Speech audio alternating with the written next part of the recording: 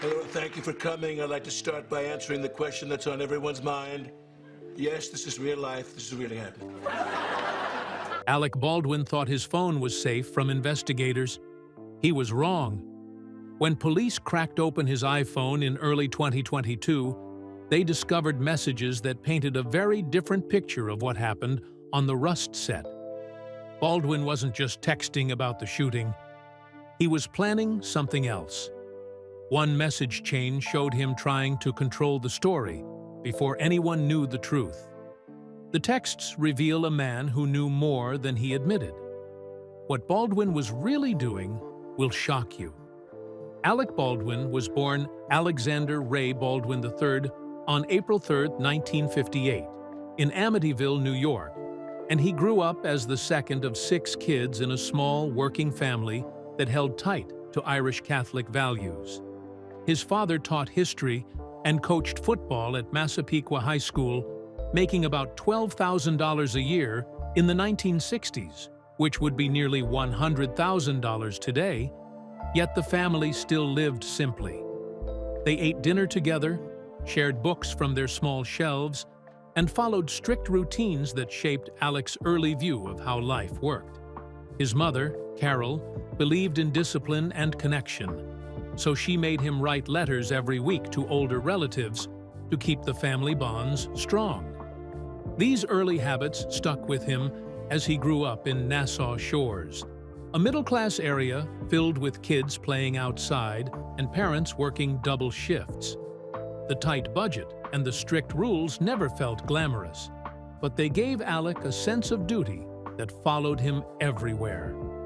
School wasn't easy for him, especially when it came to math and history, where he was barely scraping by. But everything changed when he walked into the Massapequa High Auditorium and found theater.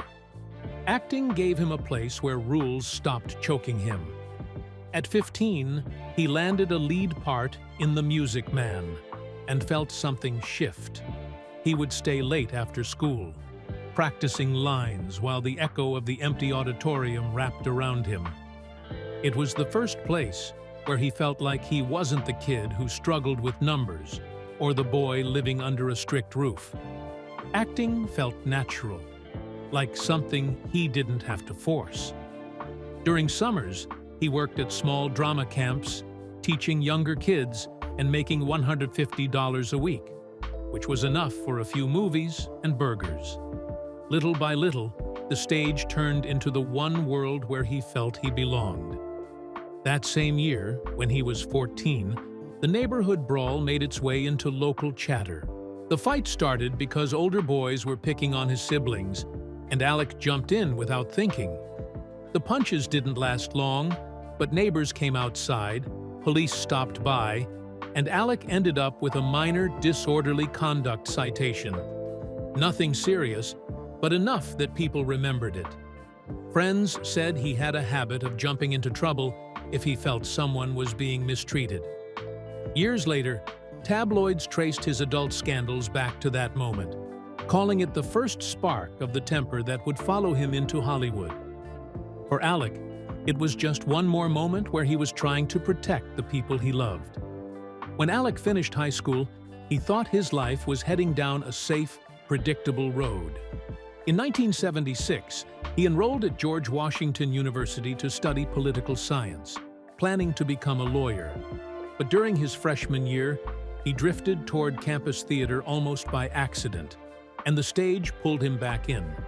By 1980, the pull was so strong that he transferred to NYU's Tisch School of the Arts to study drama full-time. His time at NYU didn't follow a straight line. He worked odd jobs and took breaks from classes when money got tight, and he didn't actually finish his degree until 1994, a full 14 years after he first stepped into a Tisch classroom. When he finally paid off his old tuition balance, the school handed him his BFA, long after he had already become a working actor. His path wasn't smooth, but it taught him to chase what felt right, even when the route looked complicated. Life in New York pushed him to grow fast. One of his earliest jobs was at Studio 54, not on stage, but as a busboy surrounded by flashing lights and famous faces. For 2 months, he moved through crowds where Andy Warhol, Mick Jagger, and Bianca Jagger were regulars. It wasn't glamorous work, but it showed him a world where performance and celebrity lived side by side. At the same time, he studied at the Lee Strasberg Institute, where method acting demanded emotional honesty and sharp focus. He was intense in rehearsals and sometimes clashed with teachers, pushing himself harder than most students. Those two worlds, the gritty work at Studio 54 and the emotional training at Strasberg, blended into a crash course that shaped him before he ever stepped in front of a major audience. His first paid acting job came in 1980 when he landed a Merrill Lynch commercial. He was 22, and the national ad paid enough to help him stay afloat while he tried to build a name.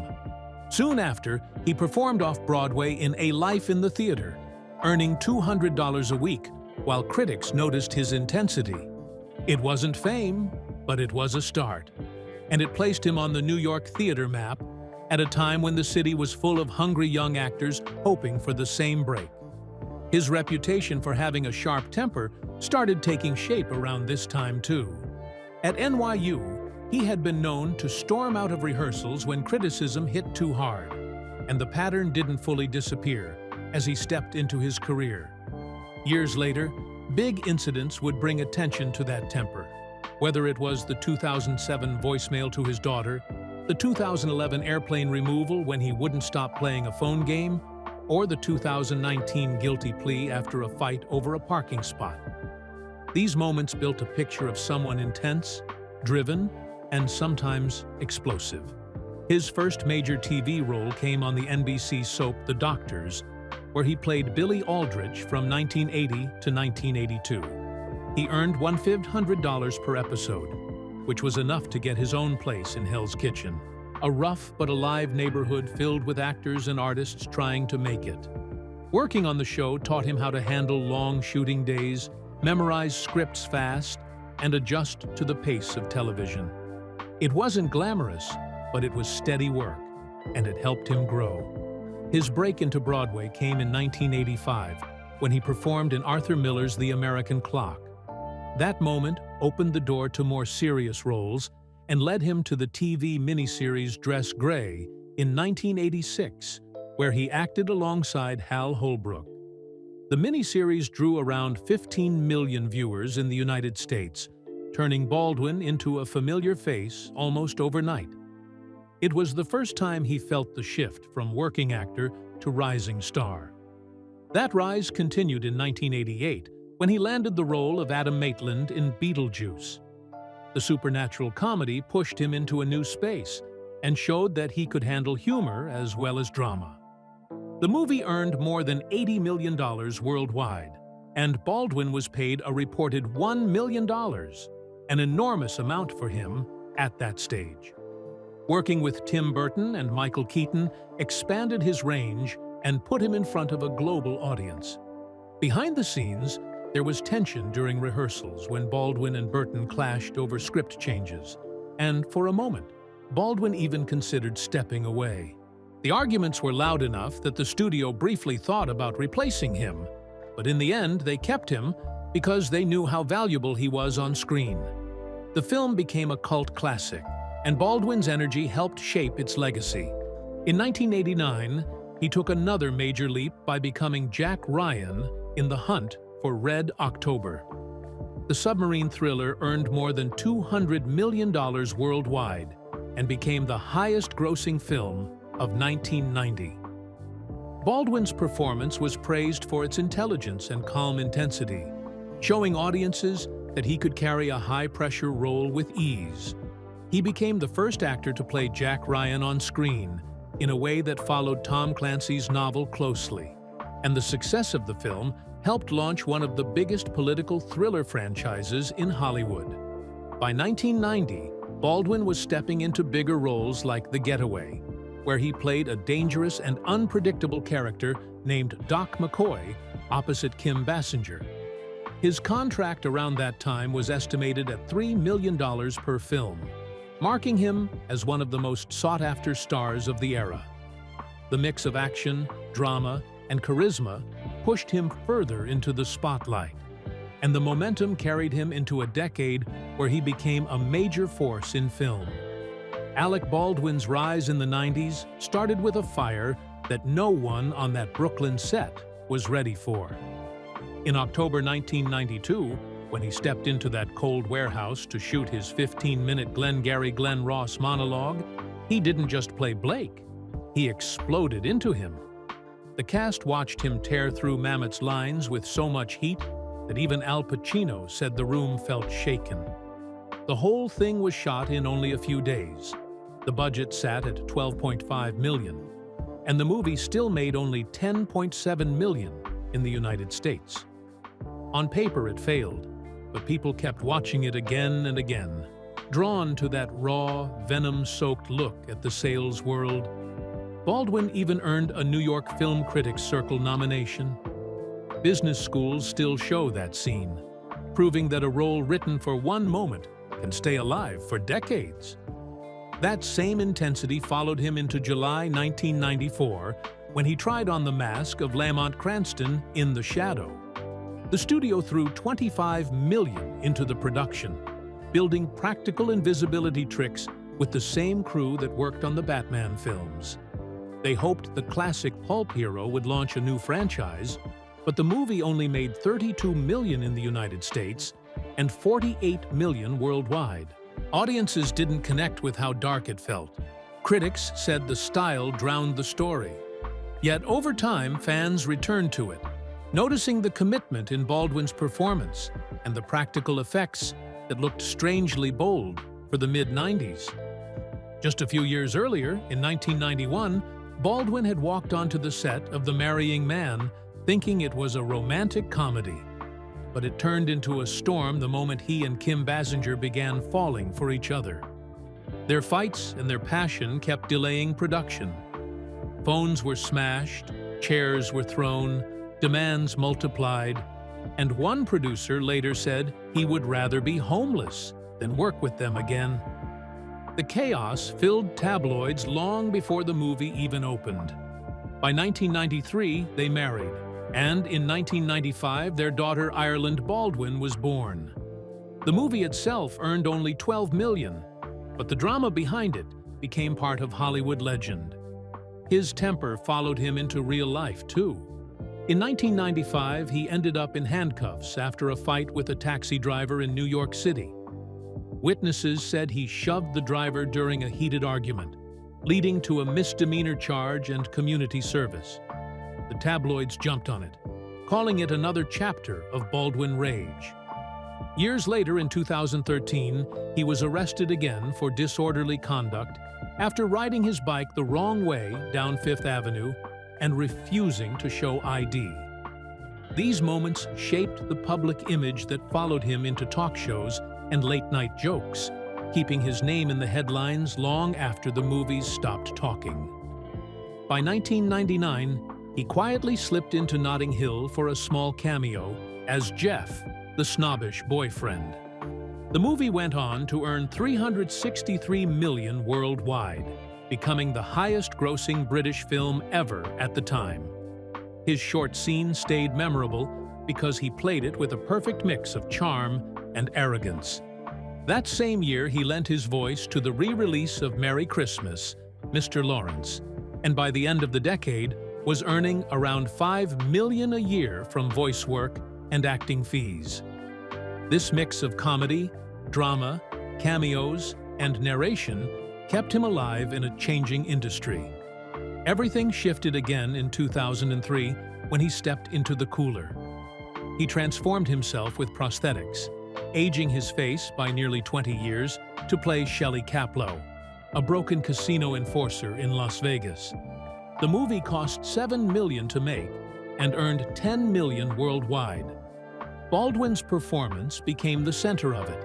His only Academy Award nomination arrived because of that role, with the ceremony held on February 29, 2004. He reportedly earned $1.5 million for the part, proving he could anchor a serious character and shake off the earlier years of flops and scandal. That same year, he pushed himself behind the camera. In 2003, he directed and starred in a short adaptation of The Devil and Daniel Webster. He played Mr. Scratch, the devil, with a sly charm that caught attention at the Tribeca Film Festival. The short cost about $500,000 to make and was part of a $10 million deal with Universal that allowed Baldwin to experiment as a filmmaker. It ran just under 30 minutes, but still won an award at Tribeca, showing he could tell stories from the other side of the lens, too. In 2004, he stepped into Martin Scorsese's The Aviator as Harry Cohn, the real-life Columbia Pictures executive known for cold eyes and sharper instincts. Baldwin earned an $8 million paycheck for the role. The movie itself became a giant, winning 5 Oscars in 2005 and grossing more than $213 million worldwide. Scorsese praised Baldwin for bringing oily charm to the role, and it became one of the strongest supporting performances of the year, proving he could disappear into even the most disliked figures of old Hollywood. Then came The Departed in 2006. Baldwin prepared with full method intensity, sometimes too much for the crew. His scenes as Captain Queenan carried a force that caused friction on set, with Scorsese later admitting that Baldwin's explosive energy made direction difficult at times. But when the movie came out in October 2006, everything locked into place. It earned more than $291 million and won 4 Oscars, including Best Picture, with Baldwin's presence adding weight to an already loaded cast. His wild energy found a new home on Saturday Night Live. He first hosted in 1990, but the 2000s became his prime years. By 2017, he had hosted 17 times, more than anyone else. His impressions of Bill Clinton and George W. Bush constantly pushed ratings past 10 million viewers. His sketches trended online and kept the show alive during years when it desperately needed big moments. For NBC, he became the kind of host who could lift an entire season. Then came the years that changed his finances and his legacy. In 2006, he joined 30 Rock as Jack Donaghy.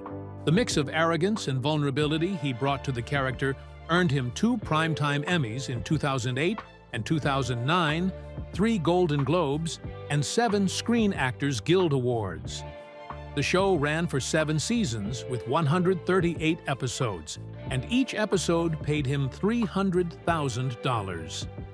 By the time the finale aired in 2013, his net worth had reached nearly $70 million, helped by commercial deals like his $2 million annual contract with Capital One. His voice carried him even further. In 2017, he became the voice of the title character in The Boss Baby, a satire that earned $528 million worldwide. The sequel in 2021 added another $146 million, bringing the franchise total to over $674 million. Baldwin earned around $15 million from the series, making it one of his most profitable projects outside live action. Alongside all this, he surprised people again with his guest role on Will and Grace in 2005, winning an Emmy for playing Malcolm, a manipulative businessman whose charm hid cracks underneath.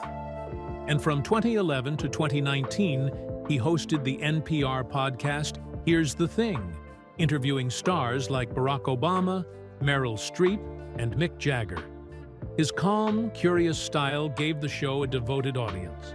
Even during these high points, controversy followed him. In 2010, NBC canceled his MSNBC talk show Up Late after he was arrested outside Studio 54 for using a homophobic slur. The fallout cost him $500,000 in endorsement deals and forced him into another cycle of public apologies.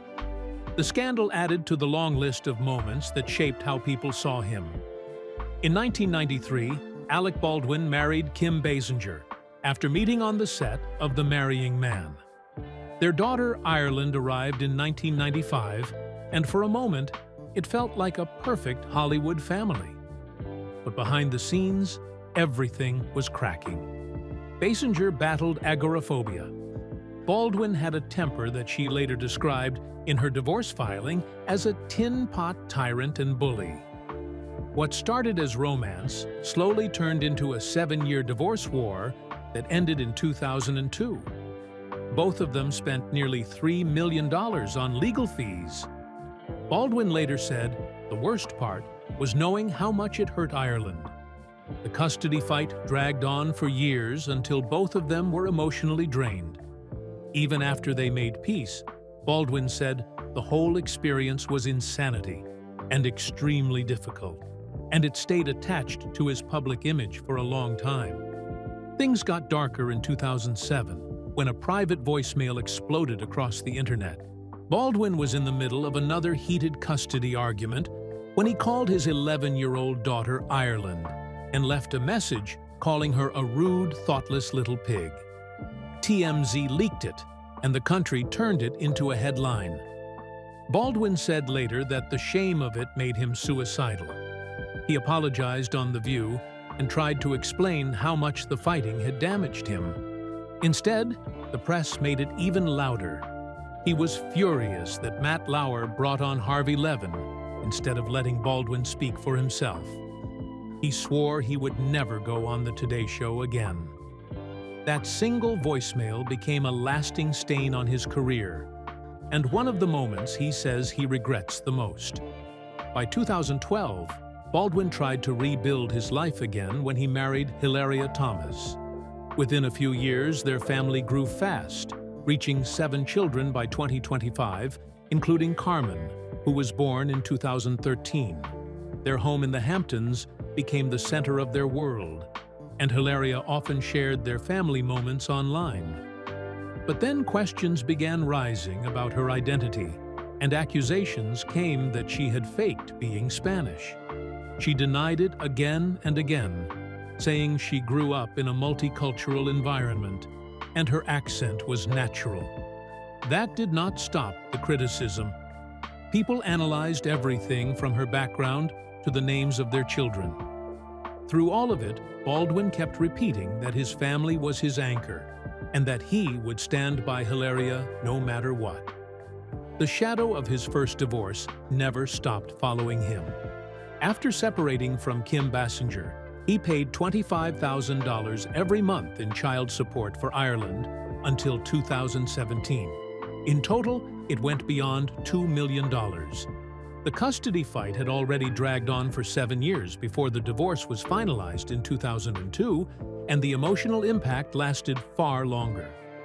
Rebuilding his relationship with Ireland took years. By 2022, they were able to walk red carpets together again, like at the Emmys, showing a slow but real reconciliation.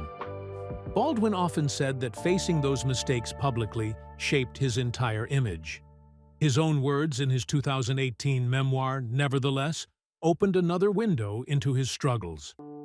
Baldwin wrote about anger problems and past infidelities that damaged both his marriage to Kim Basinger and his relationship with Hilaria. He talked about therapy sessions, anger management classes, and the work it took to rebuild trust. Supporting 7 children by 2025 reportedly cost him up to $100,000 a month. He called it both a blessing and a heavy responsibility.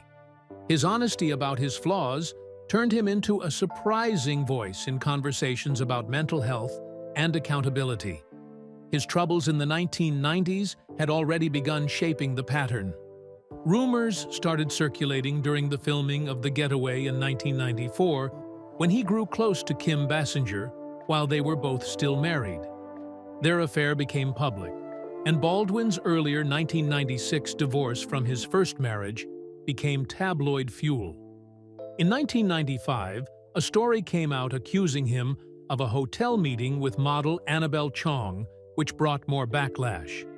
By 1998, a Vanity Fair interview added gasoline to everything when he was quoted saying he should have put a gun to her head, in reference to Basinger. He later said the quote was twisted, but the damage was already done. For years, the tabloids used it to paint him as angry and unstable.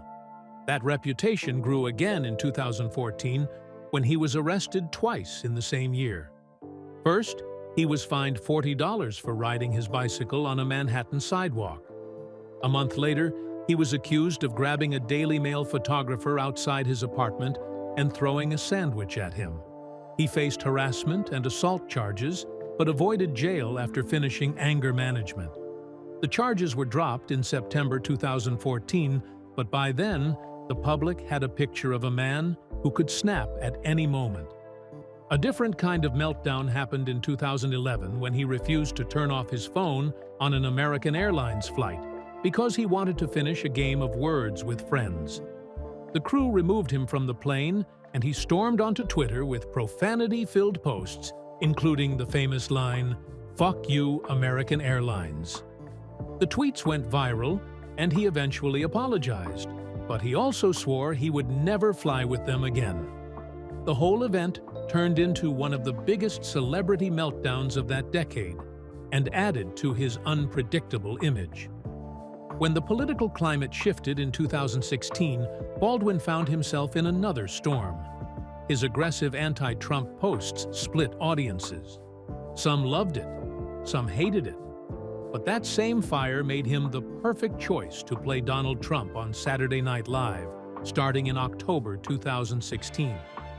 Over the next 5 years, he played the role more than 20 times and even won an Emmy in 2017. The impression became one of the most famous parts of his career. Critics argued it added to the toxic political atmosphere, but others said it was pure satire. Either way, it kept Baldwin in the spotlight. In 2019, a former contestant from Match Game sued him for harassment during a taping, and the case was settled for $100,000 with no admission of guilt. It resurfaced old questions about how Baldwin behaved on sets and how unpredictable he could be when cameras were not rolling. The timing made the scrutiny even sharper due to the ongoing Me Too movement. Then came the tragedy that changed everything. On October 21, 2021, at Bonanza Creek Ranch in Santa Fe, Baldwin rehearsed a scene for the movie Rust when the prop gun he held fired a live round. Cinematographer Helena Hutchins, who was 42, was shot in the chest. She died later that day at University of New Mexico Hospital. Director Joel Souza, standing behind her, survived with injuries. Baldwin said he had been told the gun was safe. The set fell into chaos, and within hours, investigators arrived. The production faced more than $1 million in lawsuits, and a wave of grief and anger swept across the film industry. Rust had been made on a small budget of $1.25 million. Investigators later discovered that safety protocols were ignored. The New Mexico Occupational Health and Safety Bureau fined the production $136,793 for willful serious violations. The armorer, Hannah Gutierrez Reed, had unknowingly loaded the gun with live rounds mixed into dummy rounds. Crew members had walked off days earlier, warning that the set was unsafe. As star and producer, Baldwin was suddenly under the microscope for allowing a production that cut corners. Negligence became the center of every lawsuit. In November 2022, a 551-page sheriff's report made things even worse. Witnesses said Baldwin had fired blanks earlier that day without checking the gun. Some said he ignored warnings. Video taken right after the shooting showed Baldwin pacing and calling his lawyers, saying, "You have no idea what happened."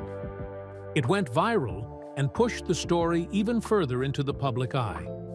Investigators later pointed to a culture of recklessness on set, and Baldwin became the face of it.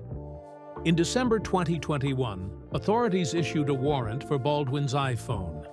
They wanted texts, emails, anything connected to Rust. When they examined the phone, they found that 2 days after the shooting on the morning of October 23rd, Baldwin told his assistant, "I have to delete my archive." That message raised alarm. Investigators believed deleted files might contain crucial clues. It became a major piece of evidence and raised new questions about what Baldwin was trying to protect. During that same period, Baldwin began messaging Matt Hutchins, the widower of Helena Hutchins. On December 2nd, he told Matt that both he and Helena believed the gun was empty. By December 10th, he was texting that he suspected sabotage and thought the sheriff's office might be hiding something. He said multiple attorneys had warned him it could be a setup. These messages showed a man spiraling through fear, confusion, and panic, while trying to understand how everything had gone so wrong. Messages between Baldwin and investigators showed the same fear. On November 8th, he asked whether actors were ever supposed to check guns themselves and admitted no one had ever instructed him to. 2 days later, he asked investigators directly if he could be charged. Those texts captured the pressure he was under as both a suspect and a public figure trying to survive a national controversy. In January 2024, a grand jury indicted him for involuntary manslaughter. The charges said he mishandled the gun and caused Helena's death. Baldwin panicked over civil lawsuits as well. Investigators uncovered messages where he worried about his career, his finances, and the millions of dollars he could lose. The criminal case was dismissed in July 2024 after prosecutors were found to have withheld evidence. But Baldwin was still drowning in legal battles and emotional fallout. In July 2024, he decided to fight back. The court's dismissal gave him room to file a malicious prosecution lawsuit against the prosecutors in November 2025. He asked for $10 million in damages, claiming the case had ruined his reputation, attacked his civil rights, and harmed his $70 million net worth. He said the investigation was politically motivated and that he had been turned into a target. This move shifted him from defendant to plaintiff and showed how deeply the Rust tragedy continued shaping every part of his life.